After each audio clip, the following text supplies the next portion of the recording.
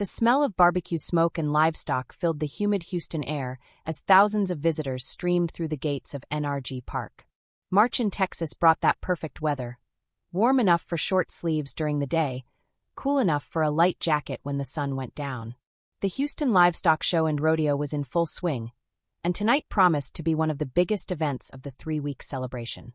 Jake Morrison adjusted his leather chaps one more time, feeling the familiar weight of his championship belt buckle against his stomach. At 28, he'd been riding bulls for over a decade, but tonight felt different. The energy was electric, almost overwhelming. 23,000 people packed into the stadium, their voices creating a constant hum of excitement that seemed to vibrate through the concrete floors. "You ready for this, Morrison?" called out Tommy Rodriguez, a fellow rider from San Antonio. Tommy was only 22, but he rode like he had nothing to lose. His dark eyes sparkled with that mixture of fear and adrenaline that every bull rider knew well. "As ready as anyone can be for 8 seconds of hell," Jake replied, forcing a grin. Truth was, his stomach was churning more than usual. Maybe it was because his daughter Emma was in the stands tonight. She'd just turned 16, and this was her first time seeing him compete at Houston. His ex-wife Sandra had finally agreed to let Emma come, after months of Jake promising it would be safe. The backstage area buzzed with activity. Clowns checked their makeup in cracked mirrors, barrel racers braided their horses' manes, and the sound crew tested microphones that squealed with feedback. Country music legend Miranda Hayes was headlining tonight's concert after the rodeo events, and her tour buses created a small city behind the arena.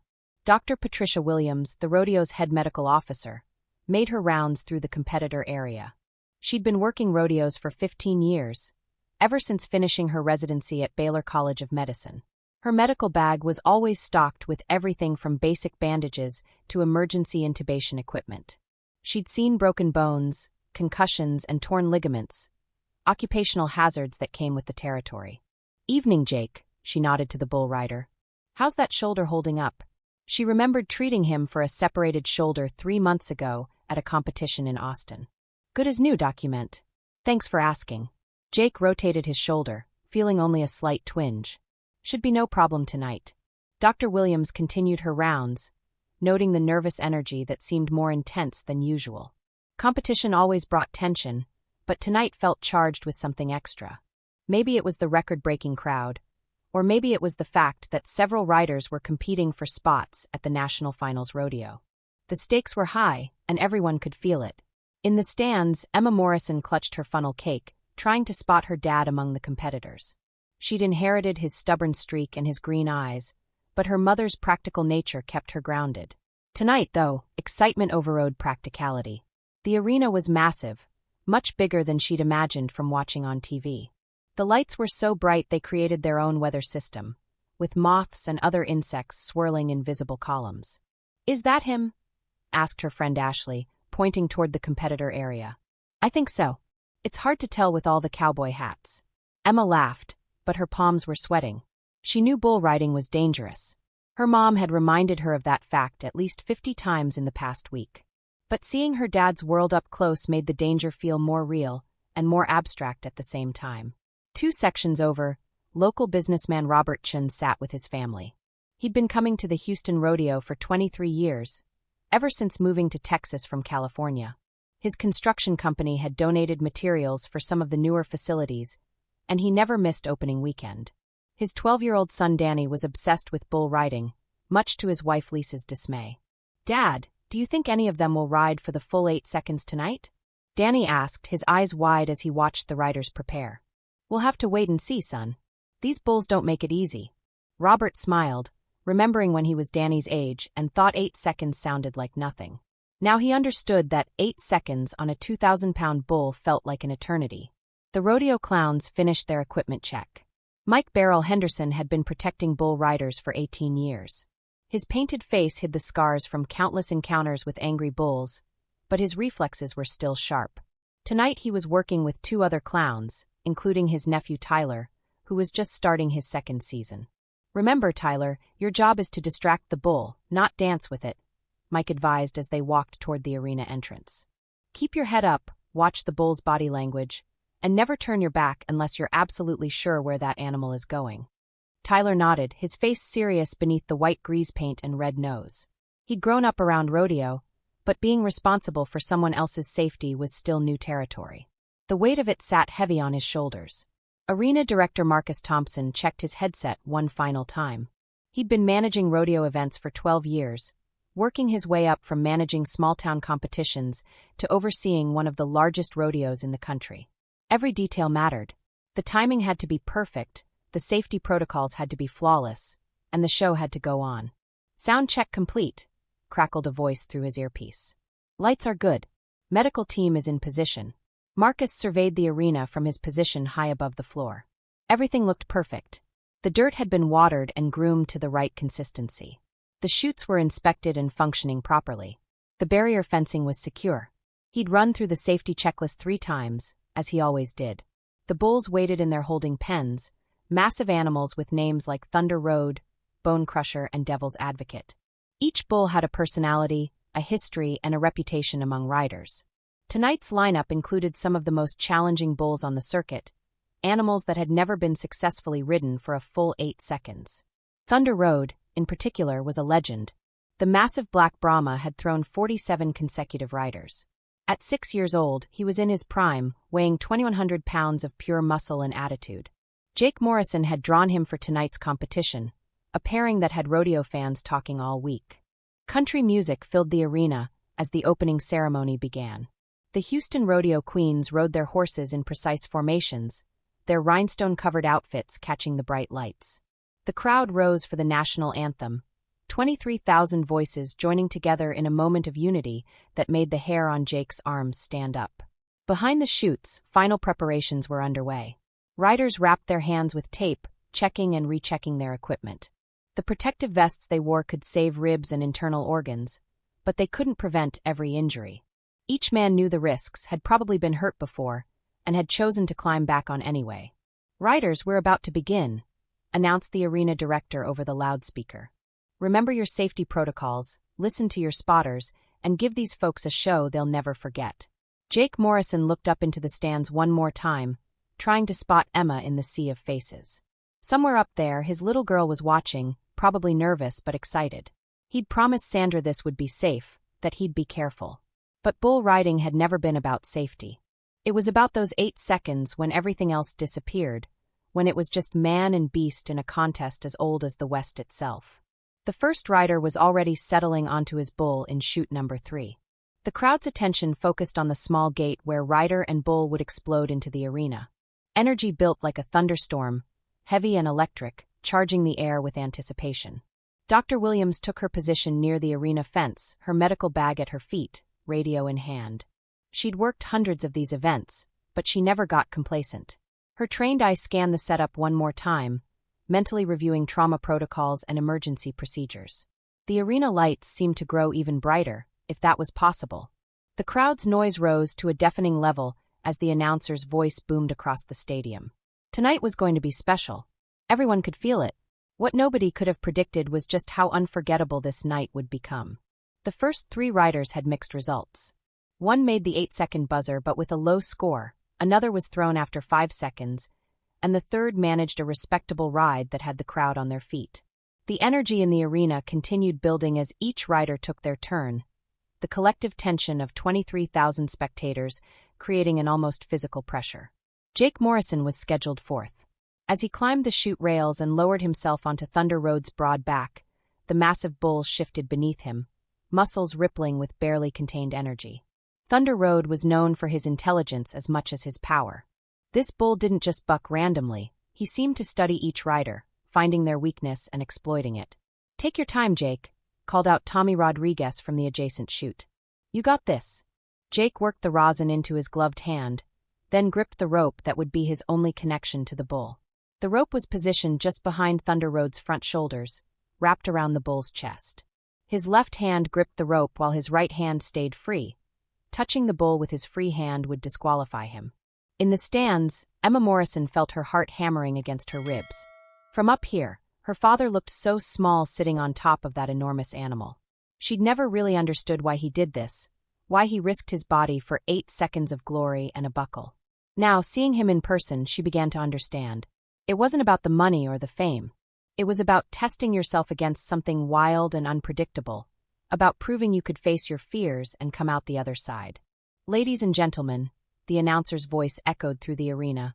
On Thunder Road, a bull that's never been successfully ridden in 47 attempts, we have Jake Morrison from Katy, Texas. The crowd roared its approval. Thunder Road was a favorite among spectators because he always put on a show, and Jake Morrison was a local hero who'd grown up just outside Houston. Down in the arena, the three rodeo clowns positioned themselves strategically. Mike Henderson crouched near chute 4, ready to move the instant Jake hit the ground. Tyler, despite his nervousness, felt the familiar rush of adrenaline that came with being in the arena. The third clown, veteran performer Jim Crazy Horse Martinez, stood near the center of the arena, spinning a rope to catch Thunder Road's attention when needed. Jake raised his left hand, signaling he was ready. The gateman's hand moved to the latch. In that split second before the gate opened, time seemed suspended. Jake could hear his own heartbeat, could feel Thunder Road's muscles coiling beneath him like a loaded spring. The gate swung open. Thunder Road exploded from the chute like a black tornado. His first jump carried him nearly 8 feet into the air, his back legs kicking out with devastating power. Jake's body snapped forward then back, his spine compressing with each jarring impact.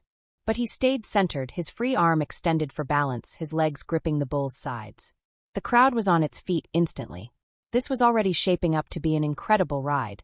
Thunder Road spun to the right, then suddenly reversed direction, his signature move that had unseated dozens of riders. But Jake anticipated it, shifting his weight at exactly the right moment. 3 seconds. 4 seconds. 5 seconds. Thunder Road was getting frustrated. Jake could feel it in the way the bull's movements became more violent, more erratic.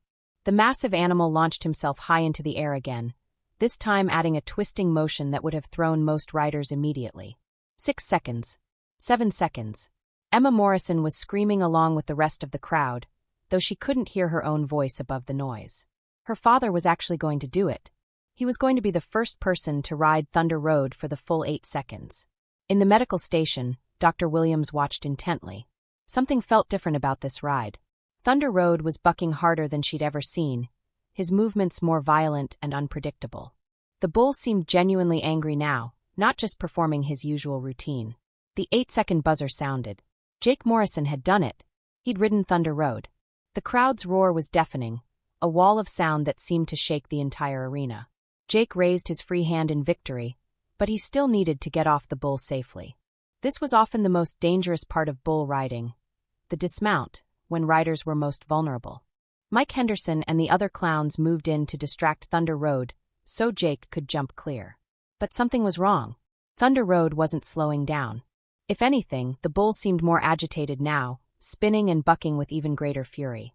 Jake prepared to dismount, but Thunder Road suddenly changed direction again, this violent spin catching Jake off guard. His grip on the rope slipped. He felt himself sliding to the left, his body no longer centered on the bull's back. What happened next unfolded in slow motion for everyone watching, but lasted only seconds in real time. Jake Morrison fell from Thunder Road's back, but his hand remained caught in the rope. In bull riding, this was called being hung up, one of the most dangerous situations a rider could face. Instead of falling free and rolling away from the bull, Jake found himself dragged alongside the massive animal, his body bouncing against the arena dirt with each of Thunder Road's steps. The clowns moved immediately. Mike Henderson ran directly at Thunder Road, waving his arms and shouting to get the bull's attention. Tyler sprinted from the other side, his young legs carrying him faster than he'd ever moved. But Thunder Road was in full rage mode now, spinning in tight circles, Jake's body whipping around like a rag doll. The crowd's celebration turned to horror in an instant. 23,000 people went from cheering to complete silence, then to gasps and screams as they realized what was happening. Dr. Williams was already running toward the arena, her medical bag in hand. Over her radio, she called for the emergency medical team to move into position. The ambulance crew, which had been standing by outside the arena, started their engine. Jake struggled desperately to free his hand from the rope, but the centrifugal force of Thunder Road's spinning made it impossible. Each impact with the ground sent shockwaves through his body.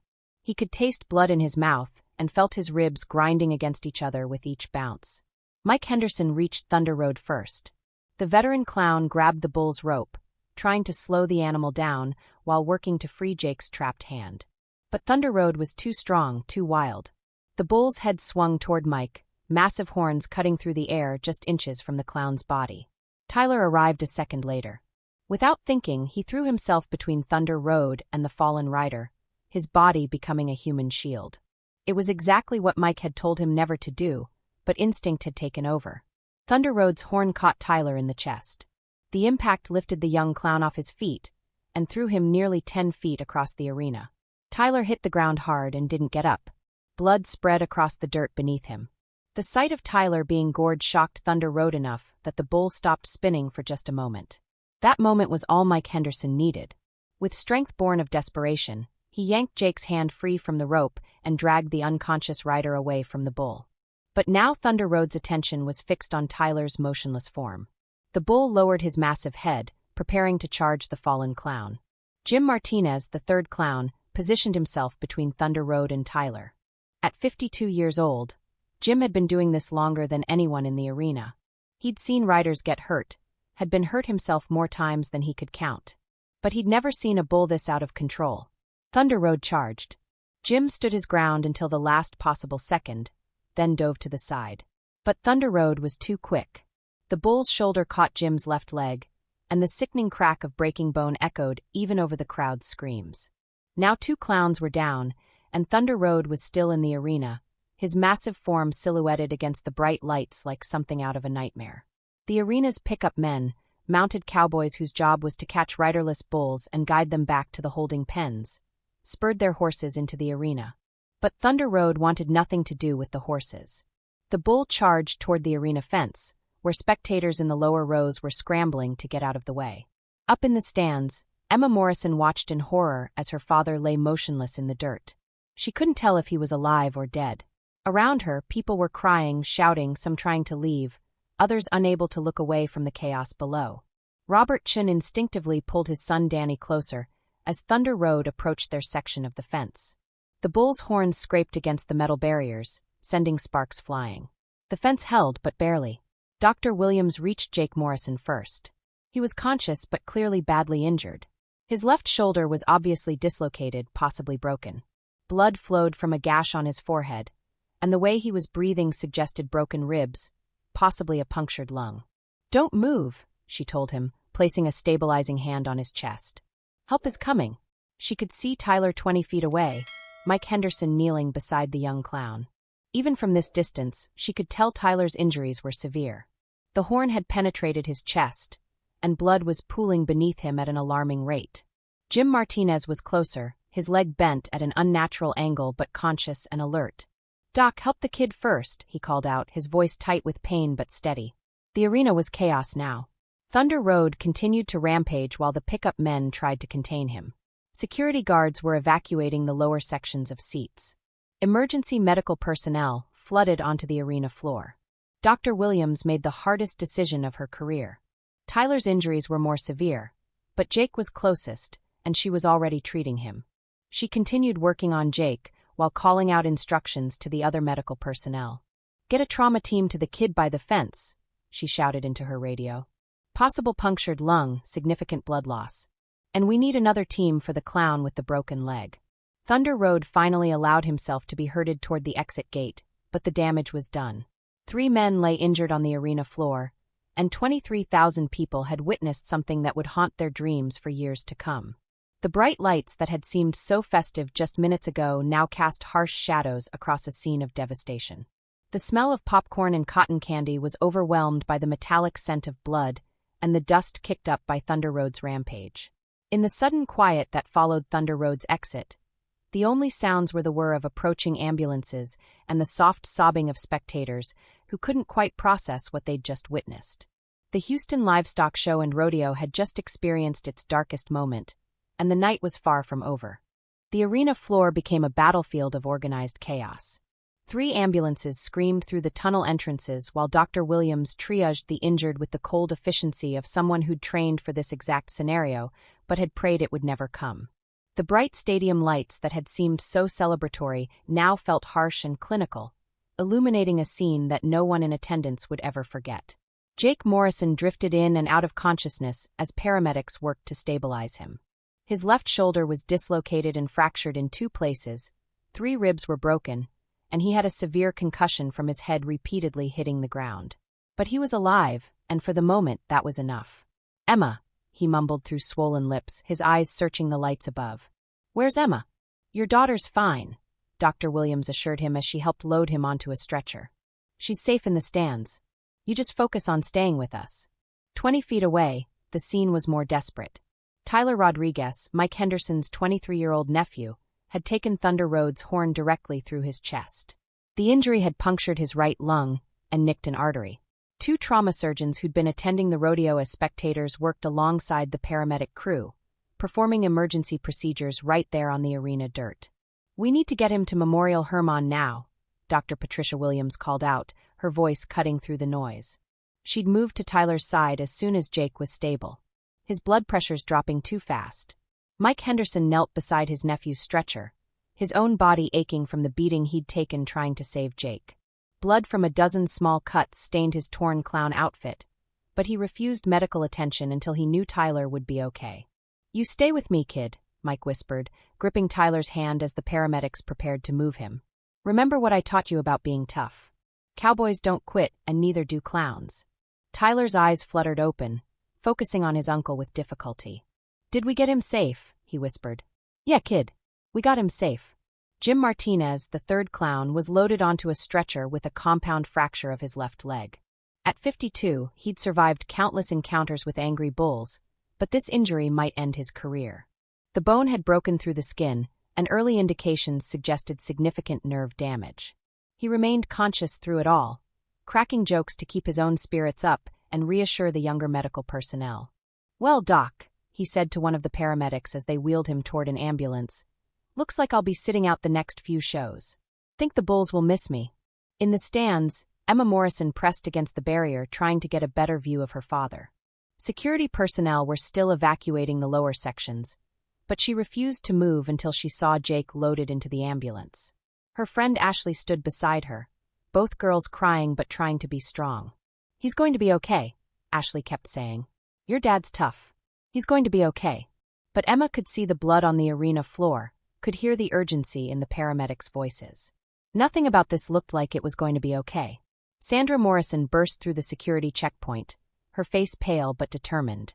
Jake's ex-wife had been watching from home when the broadcast cut to commercial immediately after Thunder Road was removed from the arena.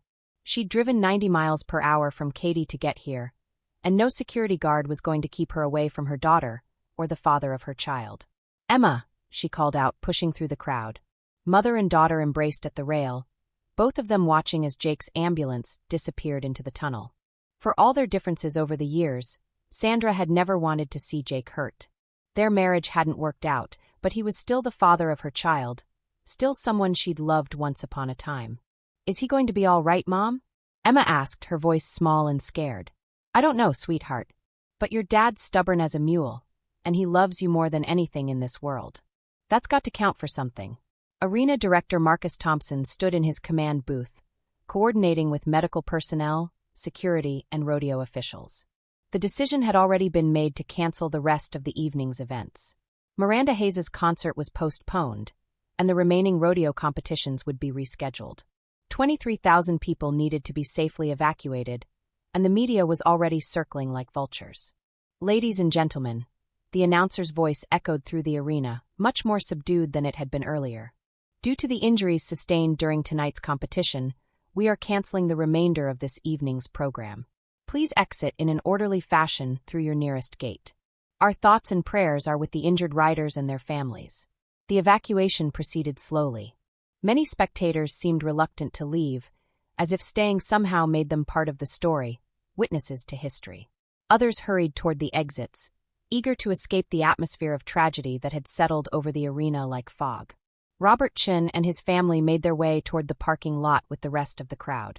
His son Danny hadn't spoken since the accident, his 12-year-old mind trying to process what he'd seen. The boy who'd been so excited about bull riding an hour ago now walked between his parents, his face pale and thoughtful. "Dad," Danny finally said as they reached their car, "why do they do it? Why do they get on those bulls if this can happen?" Robert considered the question carefully. How do you explain to a child that some people need to test themselves against danger, that some dreams are worth the risk of nightmares? I think, he said slowly, some people need to prove something to themselves. They need to know they're brave enough to face their fears. But Mr. Morrison got hurt. Those clowns got hurt. Was it worth it? Robert didn't have an answer for that. He suspected that question would be debated in Houston for months to come. At Memorial Hermann Hospital, the trauma bay looked like a war zone. Jake Morrison was rushed into surgery to repair his shoulder and deal with internal injuries. The surgical team worked quickly but carefully, knowing that one mistake could end his career or worse, his life. Tyler Rodriguez was in more critical condition. The horn wound had caused significant damage to his chest cavity, and he'd lost a dangerous amount of blood. 2 surgeons worked to repair the damage, while a third focused on stopping the internal bleeding. His family had been called, but they were driving from San Antonio and wouldn't arrive for at least 3 hours. Mike Henderson sat in the waiting room, still in his torn clown outfit, refusing to change clothes or seek medical attention until he knew Tyler would survive. His wife had driven down from their home in Humble, and she sat beside him, holding his hand while he stared at the surgery board that would tell them Tyler's fate. "He's young," she said. "He's strong. He's going to pull through this." Mike nodded, but his eyes remained fixed on those electronic updates. Tyler had started rodeo clowning because he wanted to follow in his uncle's footsteps. Now Mike wondered if he'd led his nephew down a path that would cost Tyler his life. Back at NRG Park, maintenance crews worked to clean the arena. Blood was scrubbed from the dirt floor, torn clothing was collected, and the chutes were inspected for damage. The bull that had caused so much havoc, Thunder Road, was back in his holding pen, calmly eating hay as if nothing had happened. Dr. Williams finally allowed herself to sit down in her medical station. Her hands were still shaking slightly from adrenaline, and her white coat was stained with blood from 3 different men. In 15 years of working rodeos, she'd never seen anything like tonight's accident. Individual injuries, yes. But never anything this catastrophic, never this many people hurt at once. The media had set up camp outside the hospital and the rodeo grounds. News vans from every local station were parked along the street, their satellite dishes reaching toward the night sky. Reporters interviewed anyone willing to talk about what they'd witnessed. "I've been coming to this rodeo for 20 years, one older man told a Channel 2 reporter. "I've seen riders get thrown, seen them get stepped on, but nothing like this. That bull was like something possessed." "The clowns were heroes," said a woman who'd been sitting in the 3rd row. "They didn't hesitate for a second. They put their bodies between that bull and those injured men." Inside the hospital, Jake Morrison's surgery was completing its 3rd hour. The damage to his shoulder was more extensive than initially thought, requiring the insertion of several metal plates and dozens of screws. His career might be over, but his life would continue. Tyler Rodriguez remained in critical condition. The surgical team had managed to repair most of the damage to his chest, but he'd developed complications from the blood loss. His kidneys were shutting down, and his blood pressure remained dangerously low. At 2:17 a.m., Jake Morrison was wheeled into recovery. His surgery had been successful, though he would face months of rehabilitation and might never have full range of motion in his left arm again. Emma and Sandra were allowed to see him briefly, both women crying with relief when they saw him breathing on his own. At 3:45 a.m., Tyler Rodriguez was declared stable but critical. He would live, but his rodeo career was definitely over. The horn had damaged nerves and muscle tissue that would never fully heal. Mike Henderson finally agreed to let the hospital staff clean his wounds and x-ray his ribs, 2 of which were cracked. Jim Martinez, the veteran clown, was in surgery to repair his shattered leg. The prognosis was uncertain. He might walk normally again, or he might need a cane for the rest of his life. At 52, with 3 decades of rodeo injuries behind him, this might be the one that finally forced him into retirement. As dawn broke over Houston, the story was already spreading beyond Texas. Videos of Thunder Road's rampage, captured on dozens of cell phones, were going viral on social media. News outlets across the country were picking up the story of the bull that went berserk at the Houston Rodeo. The Houston Livestock Show and Rodeo had experienced its darkest night, but the story was far from over. In the weeks and months to come, the ripple effects of those 8 seconds would touch lives far beyond the arena walls. Some people would be inspired by the courage they'd witnessed. Others would be traumatized by the violence they'd seen. and 3 families would be forever changed by the moment when tradition and tragedy collided under the bright lights of NRG Stadium. The sun rose on a Houston that felt different somehow, as if the city itself had been wounded by what happened in that arena. And in hospital rooms across the medical center, 3 men fought their own private battles with the consequences of 8 seconds that had changed everything. 6 weeks after the accident, Jake Morrison sat in his rehabilitation therapist's office, working his left arm through a series of painful exercises. The metal plates and screws in his shoulder pulled and ached with each movement, but the alternative, a lifetime of limited mobility, was worse. His daughter Emma sat in a chair nearby, doing homework while keeping him company during his therapy sessions. "How's the pain today, Mr. Morrison?" asked Sarah Chen, his physical therapist. She was Robert Chen's daughter, though neither Jake nor Emma knew about that connection. Sarah had become a physical therapist partly because of her fascination with sports injuries, and partly because she wanted to help people recover from trauma. "About a 6 out of 10, Jake replied, gritting his teeth as he raised his arm to shoulder height. "Better than yesterday." "Dad, you said it was a 4 yesterday," Emma pointed out without looking up from her algebra homework. Jake smiled ruefully. His 16-year-old daughter had become his unofficial pain monitor, keeping track of his progress with the same attention to detail she applied to her schoolwork. Emma had changed in the weeks since the accident, becoming more protective of her father and more mature in ways that both pleased and saddened him. "Your daughter's keeping you honest," Sarah observed. "That's good. Recovery works best when patients can't hide from the truth." The truth was that Jake's rodeo career was over. The shoulder injury was too severe, the nerve damage too extensive. Even if he could eventually regain most of his range of motion, he would never again have the reflexes and strength needed to stay on a bull for 8 seconds. At 28 years old, he was facing the end of the only career he'd ever wanted. But there were compensations. Emma had moved in with him full-time, something that had never happened during his marriage to Sandra. His ex-wife had recognized that their daughter needed stability right now, and Jake's forced retirement from rodeo meant he could provide that in a way he never could before. "I've been thinking about getting my contractor's license," Jake told Sarah as he moved to the next exercise. "My dad was a carpenter before he started rodeoing. Maybe it's time I learned something useful."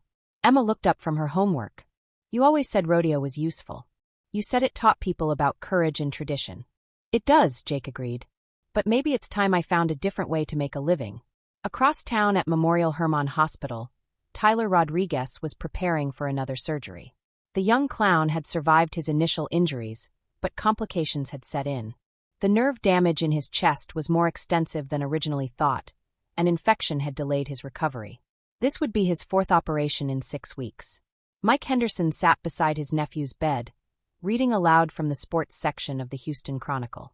Tyler was awake but weak, his body still fighting to recover from the trauma it had endured. The doctors were optimistic about his long-term survival, but his quality of life remained uncertain. "Listen to this," Mike said, pointing to an article in the paper. "They're talking about changing safety regulations for rodeo clowns. Better protective equipment, stricter protocols for dealing with aggressive bulls." "About time," Tyler replied, his voice still weak but steady. "Maybe the next guy won't get skewered like a kebab." Mike smiled. Tyler's sense of humor had returned along with his strength, which the doctors said was a good sign. But both men knew that Tyler's days in the arena were over. The injury had affected his reflexes and mobility in ways that would make clowning impossible. "I've been thinking about what comes next," Tyler said. "Maybe coaching. Maybe working with younger guys who want to get into clowning." "That's good thinking," Mike replied. "You've got a lot to teach." What Tyler didn't say was that he'd been having nightmares every night since the accident. In his dreams, Thunder Road's horn pierced his chest over and over again, and he woke up gasping for breath, his heart racing. The doctors said it was normal, part of the psychological recovery from trauma. But normal didn't make it any easier to sleep. Jim Martinez was having his own struggles with recovery. The veteran clown's leg had been rebuilt with pins and plates, but the damage to his nerves and muscles was permanent. He would walk again, but with a pronounced limp and constant pain. At 52, after 30 years in rodeo, his career was definitely over. But Jim had found an unexpected silver lining. During his long recovery, he'd started writing. What began as journal entries about his experiences had evolved into something larger, a book about the culture and dangers of professional rodeo. A publisher in Austin had expressed interest, And Jim was discovering that he had a talent for storytelling that went beyond entertaining crowds between bull rides. "You know what the funny thing is?" he told his wife Rita one evening as he worked on his laptop from bed. "I spent 30 years trying not to get hurt, and it took getting hurt for me to figure out what I was really meant to do." Rita looked up from her knitting. "You were meant to help people, Jim. You just found a different way to do it." The book was tentatively titled 8 Seconds, A Life in the Arena, and it was shaping up to be a brutally honest look at the world of professional rodeo. Jim wrote about the camaraderie among competitors, the adrenaline addiction that kept riders coming back despite repeated injuries, and the way rodeo families dealt with the constant fear that every ride might be the last one. At the Chun household, 12-year-old Danny had stopped asking his parents about attending rodeo events. The boy who had been fascinated by bull riding before the accident now seemed to have lost all interest in the sport. His parents were relieved but also concerned about how deeply the trauma had affected him. "Maybe we should have him talk to someone," Lisa Chun suggested to her husband one evening after Danny had gone to bed without finishing his dinner again. "Maybe," Robert agreed. "He's been having trouble sleeping too. I heard him up last night around 2 o'clock. Danny had indeed been having trouble sleeping. In his 12-year-old mind, he kept replaying the accident, wondering if there was something he could have done to prevent it. He'd read online that sometimes spectators threw things that spooked bulls, and he tortured himself wondering if his cheering had somehow contributed to Thunder Road's rampage. His sister Sarah, the physical therapist working with Jake Morrison, had tried talking to Danny about what he'd witnessed. As someone who worked with trauma patients, she understood that children often blamed themselves for things beyond their control. "You know, Danny," she'd told him, "sometimes bad things just happen. It's nobody's fault. Not the rider's fault, not the clown's fault, and definitely not the fault of anyone in the crowd." But Danny wasn't ready to absolve himself yet. He'd stopped playing with his collection of rodeo action figures and had asked his parents to donate his books about bull riding to the library. The sport that had once fascinated him now felt tainted by blood and pain. Back at NRG Park, arena director Marcus Thompson was dealing with the aftermath in his own way. The Houston Livestock Show and Rodeo had implemented new safety protocols in response to the accident. Additional medical personnel were now required at all events. New emergency procedures had been developed, and there was talk of redesigning the arena layout to provide better access for emergency vehicles. But Marcus was also dealing with something harder to quantify: the psychological impact on his staff and the rodeo community. Several longtime employees had requested transfers to other departments. Some of the younger clowns were reconsidering their career choices. And ticket sales for the following year were down significantly. "People are scared," Marcus explained to the rodeo board of directors during a meeting in May. "They're scared to perform, scared to attend, scared to let their kids get involved in rodeo. We need to find a way to rebuild confidence in what we do." The board had commissioned a comprehensive safety review and had allocated additional funds for medical equipment and personnel. But they were also grappling with a philosophical question. How do you make an inherently dangerous sport safer without destroying the very qualities that make it appealing? Thunder Road, the bull that had caused so much devastation, was quietly retired from competition. The decision was made not to put him down. He was, after all, just an animal acting on instinct. But he would never again enter a rodeo arena. He was sold to a ranch in Montana where he would live out his days as a breeding bull, his aggressive genetics hopefully tempered by age and a calmer environment. Some people in the rodeo community felt this was too lenient. Others argued that Thunder Road had been behaving naturally for a bull in a stressful situation. The debate reflected deeper divisions about the nature of rodeo itself and the acceptable level of risk in professional sports. Dr. Patricia Williams continued working rodeos, but she'd been profoundly affected by the accident. She'd saved 3 lives that night, but she also understood how close she'd come to losing them. She'd enrolled in additional trauma training and had been working with other rodeo medical personnel to develop better emergency protocols. "The thing people don't understand," she told a medical conference in Dallas, "is that rodeo isn't just entertainment. It's a way of life for thousands of families across the country. Our job isn't to eliminate risk. That's impossible. Our job is to be prepared when things go wrong." Her presentation about the Houston accident had been both praised and criticized. Some colleagues felt she was being too cavalier about the dangers of rodeo. Others argued that she was being realistic about the nature of the sport and the need for proper medical preparation. As summer turned to fall, the the three men began to find new paths forward. Jake Morrison had indeed started studying for his contractor's license, and he was discovering that he had a talent for construction work. His experience with livestock had given him an appreciation for working with his hands, and his reputation for toughness served him well in the construction industry. Tyler Rodriguez had begun working with a youth rodeo program in San Antonio, teaching young people about safety and proper technique. He couldn't perform anymore, but he could pass on his knowledge to the next generation. The work was rewarding, though he still struggled with nightmares and phantom pain from his chest injury. Jim Martinez had finished the first draft of his book and was working with his editor to prepare it for publication. The book had evolved beyond just his personal story to become an examination of American rodeo culture and the complex relationship between tradition and safety. Early readers had been impressed by his honest portrayal of both the glory and the brutality of professional rodeo. Emma Morrison had started her junior year of high school with a new perspective on risk and family. She decided to become a nurse, inspired partly by watching the medical personnel who had helped her father. Her relationship with Jake had grown stronger during his recovery, and she'd gained a mature understanding of both her father's passion for rodeo and the reasons he'd had to give it up. "I used to think you were crazy for getting on those bulls," she told Jake one evening as they worked together on her college application essays. "Now I understand that sometimes people need to do crazy things to feel alive."